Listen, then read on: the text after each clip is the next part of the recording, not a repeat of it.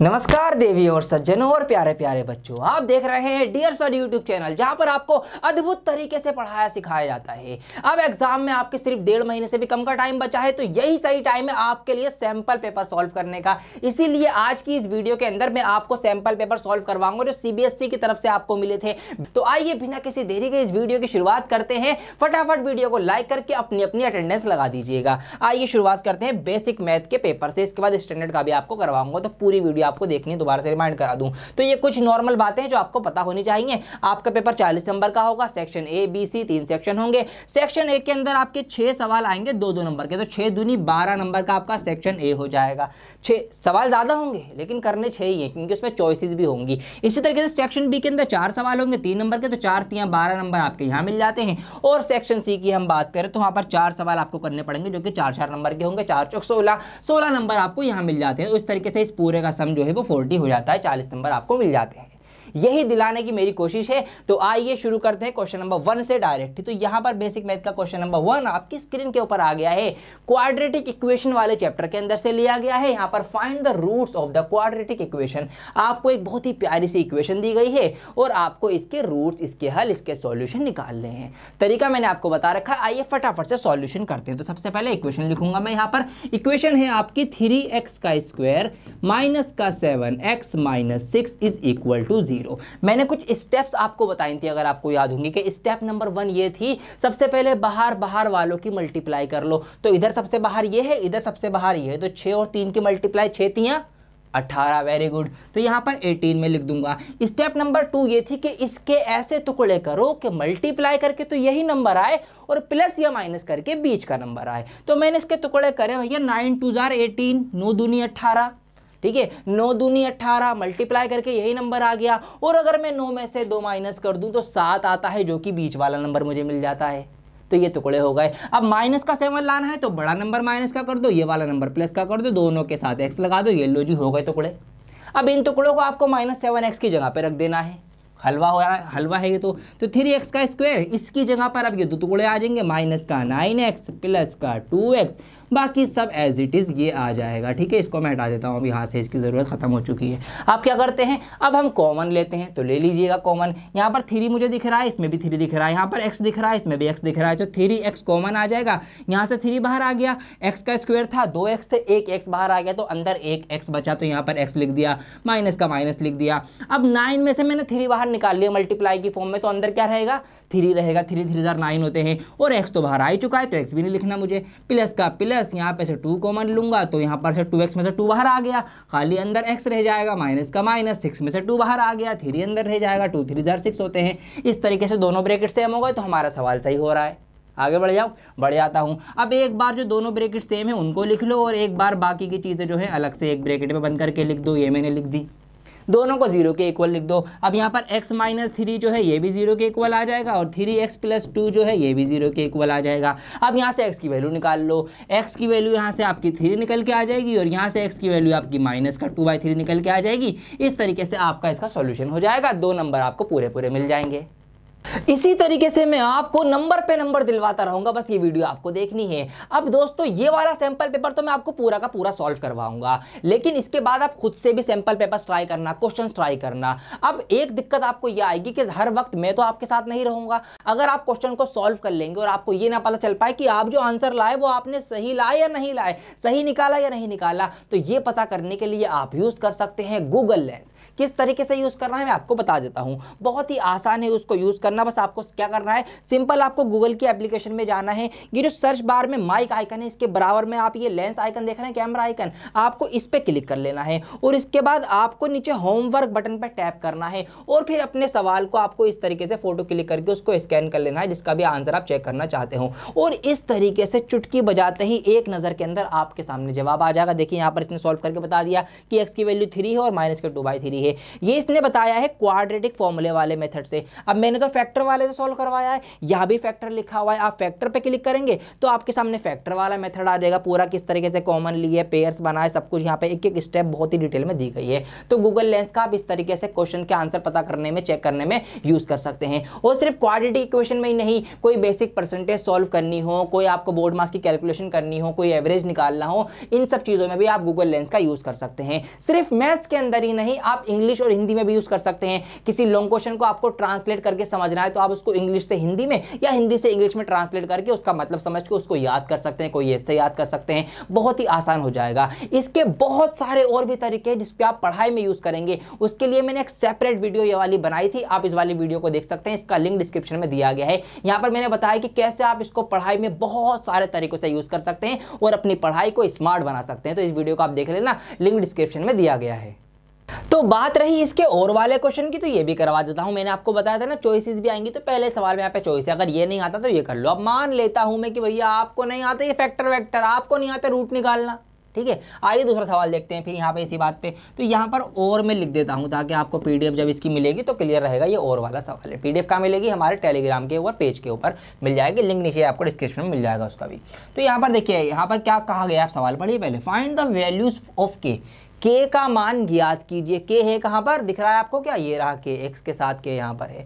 तो के का हमको मान ज्ञात करना है, वैल्यू बतानी है इस क्वाड्रेटिक इक्वेशन के अंदर। अगर has real and equal roots, कि अगर इस इक्वेशन के इक्वल रूट्स हैं, तो तीन कंडीशन होती हैं कि नॉन रियल रूट्स होंगे, रियल एंड इंस्टिंक्ट होंगे और आपके इक्वल होंगे। तो यहाँ पर ये इक्वल है। इक्वल की कंडीशन ये होती है, क्या होती है, इक्वल की कंडीशन ये होती है कि बी स्क्वायर माइनस 4ac जो होता है वो 0 के बराबर होता है। कि जब हमारा ये बी स्क्वायर माइनस 4ac 0 के बराबर आ जाएगा तो वो कौन सी इक्वेशन होगी, वो कौन सी केस होगा, वहां पर रूट जो होंगे इक्वल आएंगे, बराबर आएंगे। तो इसलिए ये कंडीशन यहाँ पर हमको लगानी है। अब ये एबीसी क्या होते हैं, तो ये इक्वेशन के अंदर ये होते हैं, एक्स स्क्वायर के साथ वाला ए होता है, ये बीच में जो है आपका बी होता है और ये अलग से जो लिखा हुआ है ये आपका सी होता है। तो इस तरीके से ये एबीसी हमको पता है, इसके अकॉर्डिंग लिख दो। तो यहाँ पर बी का स्क्वायर, बी क्या है हमारे पास, के का स्क्वायर करना है, तो के का स्क्वायर माइनस 4 इंटू ए क्या है भाई 3 है, इंटू सी क्या है, सी भी 3 है, इक्वल टू 0। तो के स्क्वायर माइनस 4 × 12 = 36, और यहाँ पर के का स्क्वायर जब हम इधर लाएंगे तो ये इधर स्क्वायर रूट बन जाएगा। 36 का रूट जो होता है वो 6 होता है, तो के की वैल्यू 6 निकल के आ चुकी है। बहुत आसान था ये, ठीक है। तो 2 नंबर, उससे आसान ये था, जल्दी भी हो गया। तो 2 नंबर आपको इस चीज़ के मिल जाते हैं, इतना ही करने के। आइए क्वेश्चन नंबर नेक्स्ट अब करने जा रहे हैं। यहाँ पर जोश बनाए रखिएगा, सवाल पढ़ लेंगे। यहाँ पे सवाल है, यहाँ पर surface area and volume chapter के अंदर से 3 cubes each of the volume 64 centimetre cube. 3 cube है, क्यूब लाए जाए। आइए क्यूब लेकर आते हैं पहले। तो यहाँ पर ये एक क्यूब आ गया, ठीक है, क्यूब बिल्कुल एकदम, जिसकी लंबाई चौड़ाई ऊंचाई सब कुछ बराबर होती है, क्यूब कहलाता है। अब ऐसे 3 क्यूब हैं, 3 क्यूब से क्या करा गया, आर जॉइंड, उनको मिला दिया गया। तो पहले इसके मैं तिड़वा कर लेता हूँ। तो एक मैंने ये कर दिया, 2, ठीक है, जुड़वा हो गए, और फिर से इसका एक और कर दिया मैंने तिड़वा, ये तिड़वा हो गया, मतलब 3 क्यूब हैं।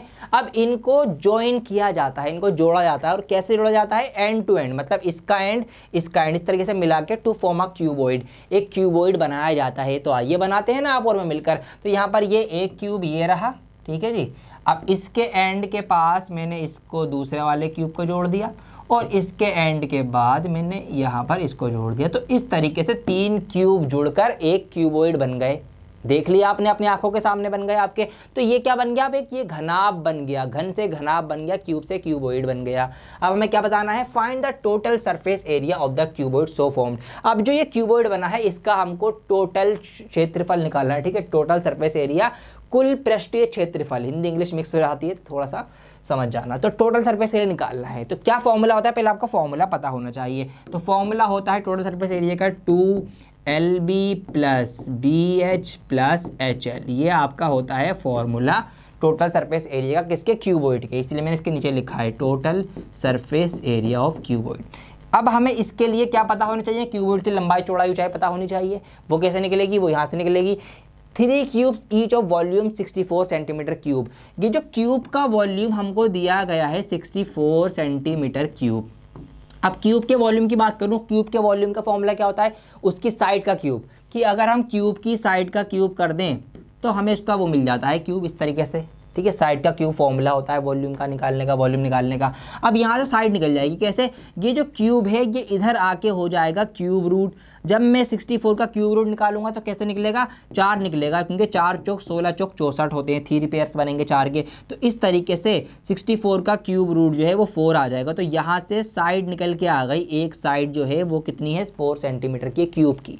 अब यहाँ पर ये क्यूब की साइड की अगर मैं बात करूँ तो देखिए, यहाँ से यहाँ तक की इसकी ये साइड है तो ये 4 सेंटीमीटर की है, यहाँ से यहाँ तक भी साइड है तो ये भी 4 सेंटीमीटर की है, यहाँ से यहाँ तक भी साइड है तो ये भी 4 सेंटीमीटर की है। तो अब अगर हम देखें इस क्यूबॉइड की लंबाई, ठीक है, अब हम क्या देखें, अगर हम क्यूबॉइड की लंबाई देखें यहाँ से यहाँ तक तो पूरी कितनी हो जाएगी भैया, 4, 8 और 12, तो पूरी कितनी हो गई, कितनी हो गई 12 सेंटीमीटर। बहुत आसान है, क्लियर है आपके सामने। तो लंबाई आ गई 12 सेंटीमीटर क्यूबॉइड की, ठीक है। इस तरीके से इसकी चौड़ाई देखें, चौड़ाई क्या होगी भैया, ये होगी चौड़ाई। तो चौड़ाई तो वही रहेगी ना क्यूब वाली, चौड़ाई थोड़ी बड़ी, तो ये तो 4 का 4 ही रहेगा। तो यहाँ पर आपकी ब्रेथ जो है चौड़ाई वो 4 रहेगी। और हाइट की बात करूँ ऊंचाई की, तो ऊंचाई भी चेंज होगी क्या, नहीं होगी, ये भी 4 ही रहेगी, कुछ और चेंज थोड़ी, बस सिर्फ लंबाई बड़ी है। तो यहाँ पर ये भी, क्योंकि क्यूब की लंबाई चौड़ाई ऊंचाई सब बराबर होती है, तो ये भी 4 होगी इस तरीके से, बस लंबाई चेंज हो गई। अब ये वैल्यूज फॉर्मूले में रखो, फटाफट सॉल्व करो, नंबर लेकर आओ, किस बात की देरी है बच्चा। तो यहाँ पर 2 लिखूंगा, लंबाई इंटू, देखिए लंबाई और चौड़ाई की गुणा, तो मैं डायरेक्ट गुणा लिख देता हूँ, या चलो मैं एक काम करता हूँ, पहले लिख देता हूँ, फिर आपके लिए गुणा अलग से कर दूंगा ताकि आपको प्रॉब्लम ना हो। तो लंबाई इंटू चौड़ाई, 12 चौक 48, बेस इंटू हाइट, बेस कह रहा हूँ ब्रेथ, ठीक है, 4 इंटू एच भी 4 है, प्लस फिर हाइट है 4 और लेंथ है 12। अब इस तरीके से मैंने स्टेप लिख दी, एक स्टेप वाइज स्टेप कर लो आप भी। तो 12 चौक 48 होते हैं, प्लस 4 चौक 16, प्लस 4 12 चौक दोबारा से 48 होते हैं, इस तरीके से हो गया ये। अब यहाँ पर 48 और 48 कितने हो गए आपके, 96 हो गए, 96 और 16 डायरेक्ट कर लो, 8 6 14 और 6 22 का दो, हासिल लगा दो, और ये रहेगा आपका 112। तो इस तरीके से 112 दूनी कितने हो गए आपके, 224 सेंटीमीटर स्क्वायर आपका आंसर आ गया। क्या है ये, total surface area of cuboid. लिख कर आना पूरा, total surface area of cuboid is 224 centimetre square. इस तरीके से आपका क्वेश्चन नंबर 2 हो चुका है, 4 नंबर आपके पक्के हो चुके हैं। क्वेश्चन नंबर 3 स्टैटिस्टिक्स चैप्टर के अंदर से लिया गया है, आइए पढ़ते हैं, इसको भी सॉल्व करते हैं। यहाँ पर लिखा हुआ है कि भैया एक स्कूल के अंदर क्रिकेट मैच हुआ, उसके अंदर कुछ बच्चों ने कुछ रन बनाए, उसकी टेबल दी गई है, क्या निकालना है, find the median runs scored. आपको मीडियन निकालना है रनों का, मीडियन। तो मीडियन का फॉर्मूला आपको याद होना चाहिए, अगर याद नहीं है तो भैया याद कर लेना, फॉर्मूले काम आएंगे, ठीक है। तो मीडियन का फॉर्मूला क्या होता है आपका, L + n/2 - CF, और इस पूरे के अपॉन में f, ये पूरा ब्रैकेट बंद, और इनटू में हाइट या h, ठीक है, हाइट बोलता हूँ मैं, ये है आपका फॉर्मूला। अब क्या करना है सवाल में, आइए सवाल को करना शुरू करते हैं। तो सबसे पहले इस टेबल को मैं इस तरीके से बना लेता हूँ, अलग से बना लेता हूँ। तो यहाँ पर सबसे पहले मैं लिखूँगा क्या, रन्स स्कोर्ड, कितने कितने रन बनाए हैं बच्चों ने, ठीक है, चलो खाली रन लिख देता हूँ मैं। तो 0 से 20, 20 से 40, 40 से 60, 60 to 80 एंड 80 to 100, ये आपके आ गए रन्स, ठीक है। अगला है नंबर ऑफ स्टूडेंट्स, कितने कितने बच्चों ने बनाए हैं, तो नंबर ऑफ स्टूडेंट्स, ठीक है, ऐसे भी लगा देता हूँ। तो 4 बच्चों ने, 6 बच्चों ने, 5 3 4, ये आपके आ गए स्टूडेंट्स। अब मीडियन निकालने के लिए आपको निकालना पड़ता है CF, जिसको आप बोलते हैं क्यूमुलेटिव फ्रीक्वेंसी। तो आपको क्यूमुलेटिव फ्रीक्वेंसी निकालनी पड़ेगी। तो यहाँ पर मैं हेडिंग लगाता हूँ CF, और यहाँ पर फ्रीक्वेंसी निकालना स्टार्ट करता हूँ। तो कैसे निकलती है, पहला तो एज इट इज़ लिख देते हैं आप, 4 का 4 आ गया।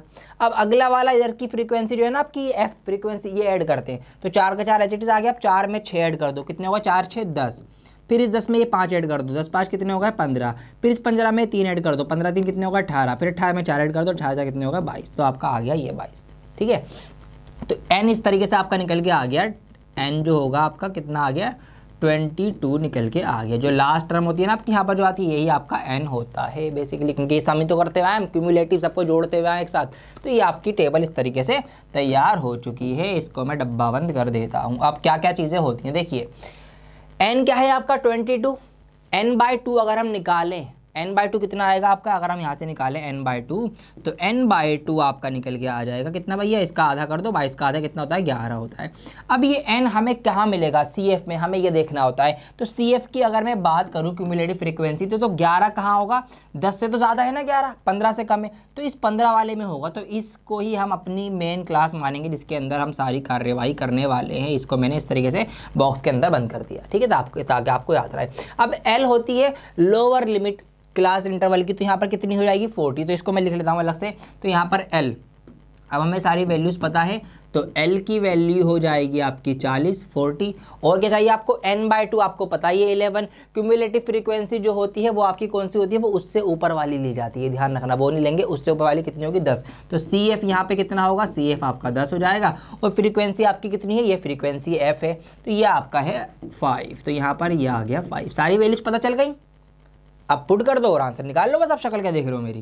तो यहाँ पर पुट कर दो फटाफट से, आइए कर देते हैं। तो मीडियन निकालने के लिए L क्या है भाई, लोवेस्ट वैल्यू जो है, लोअर वैल्यू 40 थी, प्लस n/2 की डायरेक्ट वैल्यू रख दूँ, n/2 कितना निकाला हमने 11, 11, ठीक है, 22 का आधा 11, तो यहाँ पर 11 रख देंगे हम। माइनस में क्या करना है हमको, क्यूमुलेटिव फ्रीक्वेंसी जो कितनी है हमारी 10 है, ये यहाँ पर हमने 10 कर दिया, अपॉन में F कितना है हमारा जी 5 है, ये मैंने 5 लिख दिया, और इस पूरे में इंटू H। अच्छा H तो रही है भैया, ये H क्या होता है, हाइट जिसको आप बोलते हैं, ठीक है, मैं हाइट बोल देता हूँ, लेकिन H यहाँ पर आएगा इसका गैप इंटरवल, मतलब कितने कितने का यहाँ पर गैप है इंटरवल के अंदर, ये हमको ये ही हाइट या H होती है, ठीक है, हाइट बोले जा रहा हूँ बार बार मैं। तो 0, 20, 20, 20 हम देख रहे हैं 20 का यहाँ पर गैप है, तो इसी गैप को H बोलते हैं। तो यहाँ पर H जो है आपका वो कितना है 20 है, तो यहाँ पर H की जगह पर मैं यहाँ पर क्या कर दूंगा भैया 20 लिख दूंगा, ठीक है जी। अब इसको सॉल्व कर लीजिए, यहाँ पर 40 हो जाएगा, प्लस 11 में से 10 जाएंगे तो 1 बचेगा, 1/5 मल्टीप्लाई बाय आपका 20 हो जाएगा, 5 से जाएगा 5 चौक 20, अब ये 40 में प्लस हो जाएगा, 40 और 4 कितने हो जाएंगे आपके 44 हो जाएंगे, आ गया मीडियन निकल के। तो मीडियन आपका क्या निकल के आ गया भैया 44, 44 है इसका मीडियन, ये आप निकाल देना। दोबारा से फॉर्मूला मिट गया था, लिख देता हूँ ताकि आपको आसानी रहेगी। तो ये फॉर्मूला होता है, ये वैल्यूज़ निकालनी होती हैं, कैसे निकाली हैं वो भी आपको बताया मैंने, सब कुछ यहाँ पर एक एक चीज़ क्लियर है, इसको आप नोट कर सकते हैं वीडियो को पॉज करके। आइए अगले सवाल की तरफ बढ़ते हैं। क्वेश्चन नंबर 4 लिया गया है चैप्टर नंबर 5 अर्थमेटिक प्रोग्रेशन से। तो यहाँ पर सवाल है फाइंड द कॉमन डिफरेंस।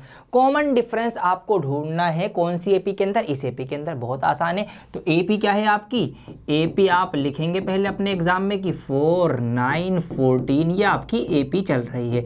अब कॉमन डिफरेंस जिसको मैं शॉर्ट में CD लिख रहा हूँ वो कैसे निकालते हैं हम, कि अगले पद में से पिछला वाला पद माइनस कर दो, ठीक है। कैसे निकालते हैं कि नेक्स्ट टर्म में से आप माइनस कर देंगे प्रीवियस टर्म। तो नेक्स्ट टर्म अगला क्या है 9 - 4 आपका किस तरीके से एपी निकल के आ जाएगी 5, एपी कह रहा हूँ, CD निकल के आ जाएगा आपका 5, कॉमन डिफरेंस आ गया। अब क्या करना है हमको, if the first term change to 6, अगर पहला पद 6 हो जाए बदल कर, ठीक है, पहला पद जिसको आप ए बोलते हैं वो 6 बन जाए, तो फिर क्या हमें क्या करना है, and the common difference remain the same, और कॉमन डिफरेंस सेम रहे, 5 का 5 ही रहे, then write the new AP. तो नई एपी लिखनी है, हलवा है ये तो बहुत आसान है। न्यू एपी क्या होगी, बहुत आसान है भैया, न्यू एपी बताना। तो अब पहला पद क्या होगा 6 होगा, अब कॉमन डिफरेंस तो यही रहने वाला है 5, तो बस 5 5 ऐड करते चले जाओ। तो पहला पद 6 हो गया, उससे अगला क्या होगा 6 5 11 होते हैं, उससे अगला क्या होगा 11 और आपका 5 कितना हो जाएगा 16 हो जाएगा। इस तरीके से आपकी ये नई एपी बन जाएगी, आपका आंसर आ गया। कितना आसान था ये, तो लंबे सवाल भी हैं तो छोटे सवाल भी हैं, आपको पूरे पूरे नंबर दिलाने के लिए। आइए आगे बढ़ जाते हैं। अब क्या निकालना है हमको, द मोड। अब मोड निकालना है, तो मोड कैसे निकालेंगे, ये फॉर्मूला लिखा हुआ है आपके लिए पहले से ताकि आपका टाइम बचे। अब यहाँ पर मोड निकालना नहीं है, इनफैक्ट ऑलरेडी दे रखा है। सवाल है कि the mode of the following frequency distribution is 38, कि इनका मोड जो है वो कितना है 38 है, 38 है, ये हमको ऑलरेडी गिवन है, ठीक है। Find the value of x, x का मान ज्ञात करना है। जो एक्स आपको यहाँ पर लिखा हुआ दिख रहा है इसकी वैल्यू बतानी है। तो मोड का फॉर्मूला ये है। अब हमें देखिए मोड हम कैसे निकालते हैं, सबसे पहले देखो भाई सबसे बड़ा नंबर कौन सा है, तो यहाँ पर सबसे बड़ा नंबर मुझे सबसे ज़्यादा बार आने वाला नंबर क्या दिख रहा है 16 दिख रहा है। तो 16 वाली क्लास को आप पकड़ लो भैया, इसको आप लपेटे में ले लो, इसको आप घेर लो, ये मैंने इसको घेराबंदी कर ली।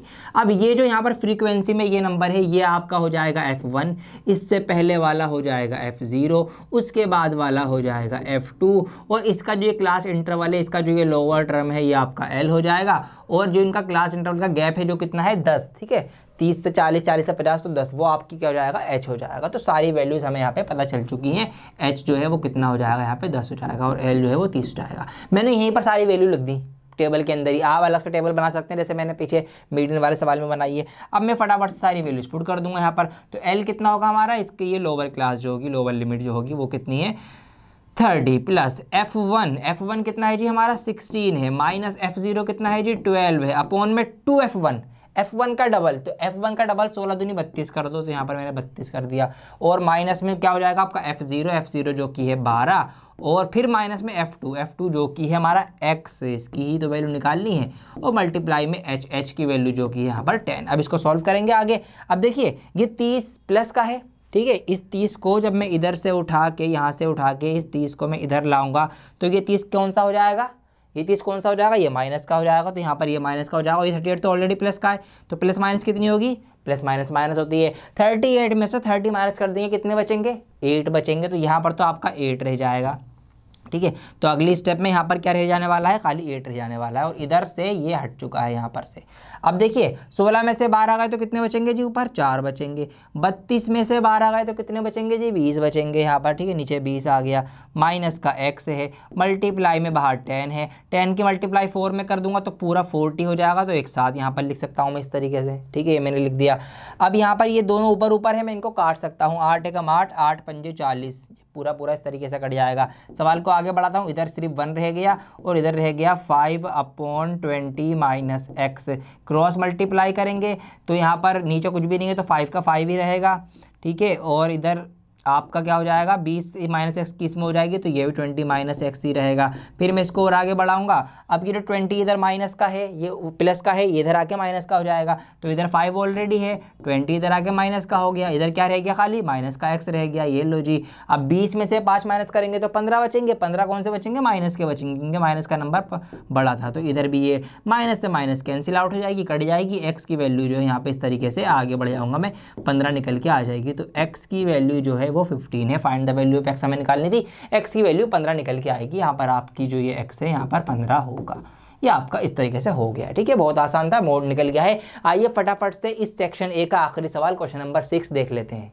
क्वेश्चन नंबर 6 मुझे देखकर याद आया कि ये सवाल मैंने आपको ऑलरेडी कराया है। जी हाँ, कब कराया, जब मैंने आपको सर्कल वाला चैप्टर पढ़ाया था, टेंजेंट समझाई थी, जब मैंने ये सवाल आपको कराया था और बताया भी था कि भैया ये सवाल सैंपल पेपर में भी है और बुक में इसको थोड़ा घुमा के दिया गया है, बल्कि बुक में सिंपल लैंग्वेज में है और क्वेश्चन पेपर में इसमें सैंपल पेपर में थोड़ा सा घुमा दिया गया है। तो ये आपकी बुक के अंदर भी एनसीईआरटी के अंदर, ये सैंपल पेपर के अंदर थोड़ा सा चेंज करके आया है लैंग्वेज, तो ये सवाल इंपॉर्टेंट है, इसको आप कर लेना। बल्कि करना क्या है, मैंने वहाँ आपको समझा रखा है, मैं इसी वीडियो में वो वाला पार्ट क्लिप का ऐड कर देता हूँ, तो यहाँ पर अब वो क्लिप चलेगी जहाँ पर मैंने ये वाला सवाल आपको डिटेल में समझा रखा है, और उसके बाद से फिर इसका अगला क्वेश्चन मैं करवाऊंगा। अब देखिए यहाँ पर देखिए, समझिए, पहले आपकी बुक वाला समझते हैं। बुक में लिखा हुआ है कि साबित करो, प्रूव दैट, ये सिद्ध करो। क्या साबित करें, साबित ये करो कि the tangent drawn at the end of a diameter, कि एक डायमीटर जो सर्कल का होता है उसके एंड, जहां पर वो डायमीटर खत्म हो रहा हो दोनों तरफ, वहां से अगर हम दो टेंजेंट बना दें तो क्या होगा, वो टेंजेंट जो है वो पैरेलल होंगी। ये साबित करो। समझ में आई बात। तो हम साबित ये करवाया जा रहा है कि अगर एक सर्कल के जो डायमीटर जहाँ पर एंड हो रहा है, यहाँ और यहाँ पर, यहाँ से हम ऐसा करके दो टेंजेंट बना दें तो साबित करो कि ये टेंजेंट जो बनेंगी ये पैरेलल होंगी। ठीक है, अब सैंपल पेपर वाला सवाल पढ़ो। सवाल यहाँ लिखा हुआ है X Y and M N are the tangent. X Y और एम एन जो है ये दोनों टेंजेंट है at the point of the diameter D E. ये डी ई यहाँ से यहाँ तक ये पूरा व्यास है, ये डायमीटर है, इसके यहाँ पर और यहाँ पर जो एंड है ये वाला ई एंड और डी एंड, यहाँ से ये दोनों टेंजेंट टच हो गए, इनकी स्पर्श रेखा यहाँ से स्पर्श होकर निकल ली है, ये इनका पॉइंट ऑफ कॉन्टैक्ट है। ठीक है, ये बात लिखी गई है हमसे, ये सर्कल है, सेंटर ओ है। प्रूव दैट, ये साबित करो कि X Y parallel M N, X Y और एम एन जो है ये पैरेलल है, मतलब ये भी टेंजेंट है, ये पैरेलल है। अब बताओ कोई बात अलग है क्या इन दोनों सवालों में? नहीं ना, बिल्कुल सेम सवाल है। तो ये मैंने नोटिस करी यहाँ पे बात, इसलिए मैं यहाँ पर ये सवाल आपको करवा देता हूँ। आपका सैंपल पेपर का भी सवाल सोल्व हो जाएगा और आपकी एक्सरसाइज का भी सवाल सोल्व हो जाएगा। एक तीर से मैंने यहाँ पे 2 निशाने लगा दिए। चलिए करते हैं। अब कैसे करनी है, सवाल ये उठता है कि प्रूफ करने वाले क्वेश्चन को दिक्कत होती है आपको करने में, सर प्रूफ कैसे करूँ, कुछ फाइंड करना हो तो ढूंढ लूंगा मैं, लेकिन प्रूफ कैसे करूं। देखिए आइए करते हैं। जो गिवन दे रखा है पहले आप वो चीज़ें लिखेंगे, हमेशा सवाल हुए तो शुरुआत होगी सवाल की। तो यहाँ पर गिवन लिखा हुआ है हमारे पास कि X Y and M N, X Y और एम एन जो हैं ये क्या है, ये are the tangent, are the tangents, ठीक है, ऑफ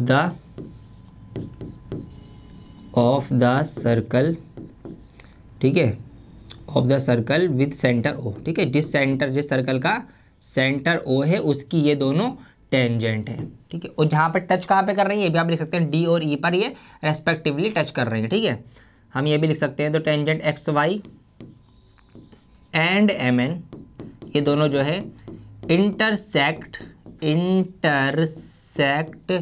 द सर्कल, ठीक है, सर्कल को इंटरसेक्ट कर रही हैं, सर्कल को टच कर रही हैं, या पॉइंट ऑफ कांटेक्ट इनका, ठीक है, कुछ भी लिख सकते हैं लैंग्वेज आप कि इनका पॉइंट ऑफ कांटेक्ट जो है यहाँ पे टच कर रहे हैं सर्कल को इंटरसेक्ट कर रही है, circle eight point D and E respectively, ठीक है, डी एंड ई रेस्पेक्टिवली, मतलब ये तरतीबवार, ठीक, क्रम अनुसार, मतलब डी पहले है तो डी एक्स वाई डी को कर रहा है और एम एन जो है वो ई को कर रही है, इस तरीके से ये हमको पता है, ठीक है। अब यहाँ पर हमें ये बात पता है, वो वाली बात ले आओ 90 डिग्री वाली, कि हमेशा जो पॉइंट ऑफ कॉन्टैक्ट होता है रेडियस से अगर हम उसको मिलाएंगे तो यहाँ पर टेंजेंट से 90 डिग्री का एंगल बनता है, ये बात हमको पता है। तो ये बात आप लिखेंगे, सिंस रीज़न देने के लिए भी सिंस का यूज़ होता है, ठीक है, इंग्लिश आपने पढ़ी होगी थोड़ी बहुत हमारे चैनल से। तो सिंस रीज़न देने के लिए हम रीज़न दे रहे हैं, क्या रीज़न दे रहे हैं कि सिंस, क्योंकि क्या, क्योंकि ये जो डी ई है, ये पूरा जो डी ई है ये हमारा परपेंडिकुलर है किसके ऊपर, ये डी ई परपेंडिकुलर है इस एक्स वाई के ऊपर, ठीक है जी, ये मैंने लिखा। और सेम यही डी ई जो है अगर इसी लाइन को परपेंडिकुलर मानेंगे नीचे से, अब एम एन इसके ऊपर भी तो परपेंडिकुलर खड़ा हुआ है, जैसे ऊपर खड़ा हुआ है इसके ऊपर ऐसे यहाँ खड़ा हुआ है, तो यहाँ पर ये एम एन पर भी आपका क्या है, परपेंडिकुलर है।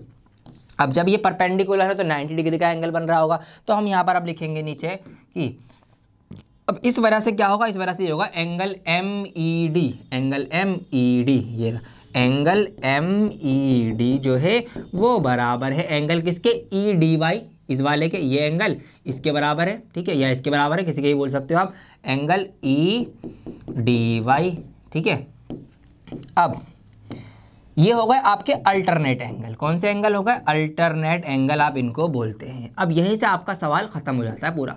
अगर दो एंगल अल्टरनेट वाले बराबर हो जाए, ठीक है, बराबर हो जाए, तो इसका मतलब ये है कि जिन लाइनों से वो एंगल बने हैं ना वो लाइंस पैरेलल हैं, जब भी वो एंगल बराबर होंगे। जी हाँ दोस्तों, क्योंकि जब भी तो बराबर होंगे। देखिए लेट सपोज ये एक लाइन है, एक लाइन है, अब यहाँ पर मैंने एक लाइन बना दी, अब ये एंगल जो होगा, ये वाला एंगल इधर वाले एंगल के बराबर होगा, इस वाले के, ठीक है, और इस साइड वाला एंगल इस साइड वाले के, इनको एंगल अल्टरनेट एंगल बोलते हैं, ठीक है, जेड वाले एंगल, जेड वाले एंगल। तो इसीलिए मैंने यहाँ के लिए इधर का एंगल लिया है, इधर का नहीं लिया, तो इधर वाले के लिए इधर का लिया जाता। तो ये आपके जेड वाले एंगल होगा, तो ये हमेशा बराबर होते हैं। कब बराबर होंगे ये, जब ये दोनों लाइंस पैरेलल होंगी।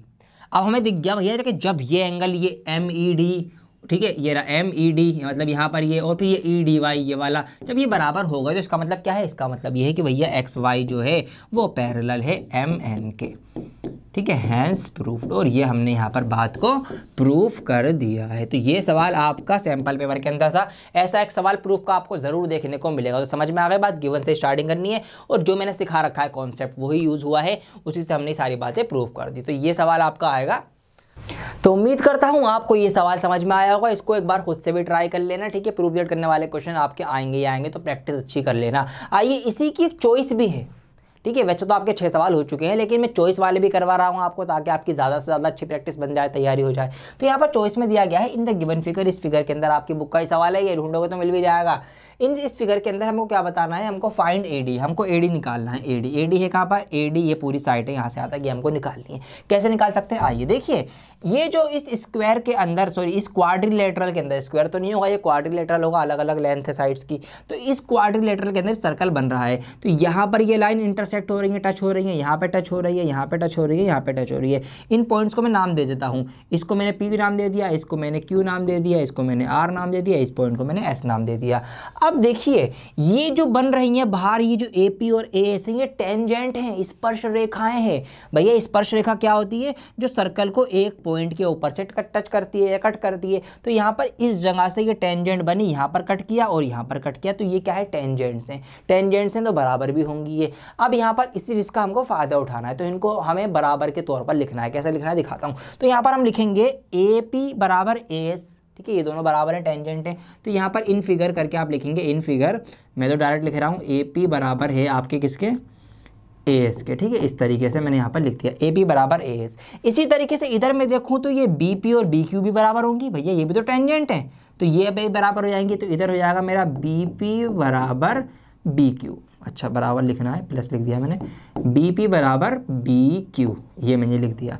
बिल्कुल इसी तरीके से अगर मैं देखूं इधर ये CR और CQ ये भी तो छोटी सी टेंजेंट है, ये भी बराबर होंगी, तो ऐसे ही मुझे यहाँ पर लिखना है CR बराबर CQ। और बिल्कुल इसी तरीके से ये DR और DS भी टेंजेंट है, तो यहाँ पर मैं लिख दूंगा DR बराबर DQ। तो इसको मैंने फर्स्ट मान लिया, इसको मैंने सेकेंड मान लिया, इसको मैंने थर्ड एज्यूम कर लिया, इसको मैंने फोर्थ एज्यूम कर लिया। अब हम क्या करेंगे ना, इधर वालों को प्लस कर दो, उधर वालों को प्लस कर दो, ठीक है। ऑन कंपेयरिंग या प्लस बोथ साइड अलग अलग करके, अगर मैं इधर वालों का सबका सम कर दूं तो सबको जोड़ दूंगा मैं, ठीक है।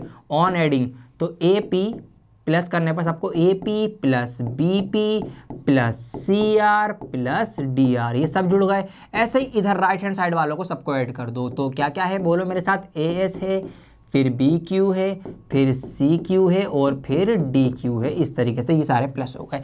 अब देखिए क्या हो सकता है, अपॉर्चुनिटीज निकालो।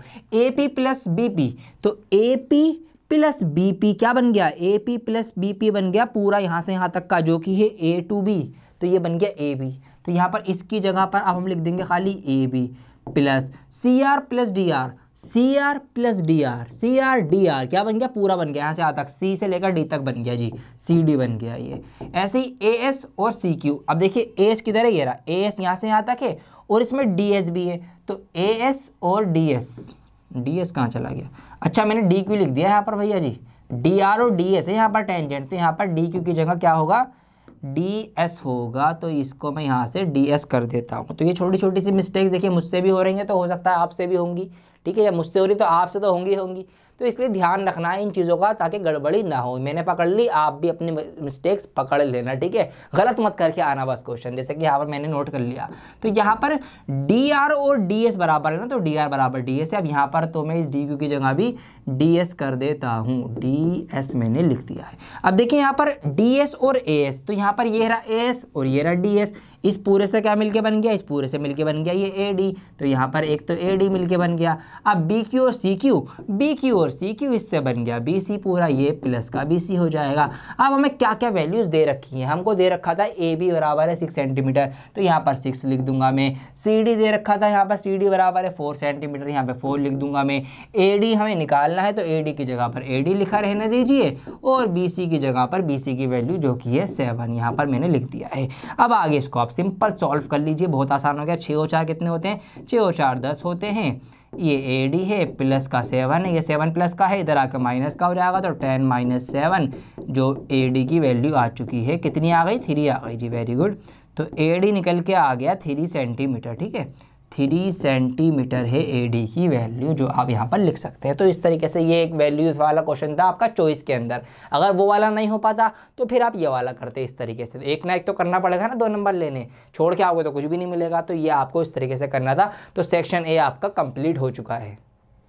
दोस्तों उम्मीद करता हूं कि आपने ये सारे ही सवाल बहुत अच्छे से सीखे होंगे। इसका सेक्शन बी और सेक्शन सी भी मैं सॉल्व करवाऊंगा, एक एक सवाल सॉल्व करवाऊंगा। वो सारी वीडियोस आपको बहुत ही जल्द हमारे ही चैनल पर मिलेंगी। तो आप चैनल को सब्सक्राइब करके रखें और वीडियो को लाइक करके रखें, ताकि जैसे ही नई वीडियोस आपके लिए आए आपको फौरन ही पता चल जाए और आप सबसे पहले उसको देख सकें। इस बीच आप प्रैक्टिस करते रहिएगा, प्रैक्टिस करें। अगर बीच में कोई क्वेश्चन का आंसर चेक कर रहा हो कि आपने सही किया या नहीं किया, किसी क्वेश्चन में अटक जाएं, तो गूगल लेंस यूज कर लीजिएगा। मैंने आपको उसके बारे में ही बता ही दिया है, तो वहां पर आप उसकी सहायता ले सकते हैं अपने सवालों को करने में, ट्रांसलेट वगैरह करने में। अपनी पढ़ाई के अंदर बहुत सारे हेल्प ले सकते हैं उसकी, तो उसको आप यूज करना शुरू करिए अपनी पढ़ाई में। वीडियो कैसी लगी इसको लाइक करें, कमेंट करें, ज़्यादा से ज़्यादा अपने सारे ही बच्चों के अंदर, सारे व्हाट्सएप ग्रुप के अंदर शेयर कर दीजिए, ताकि सारे ही बच्चे सैंपल पेपर का सॉल्यूशन जान लें और फिर इसी अकॉर्डिंग तैयारी करने में लग जाएं।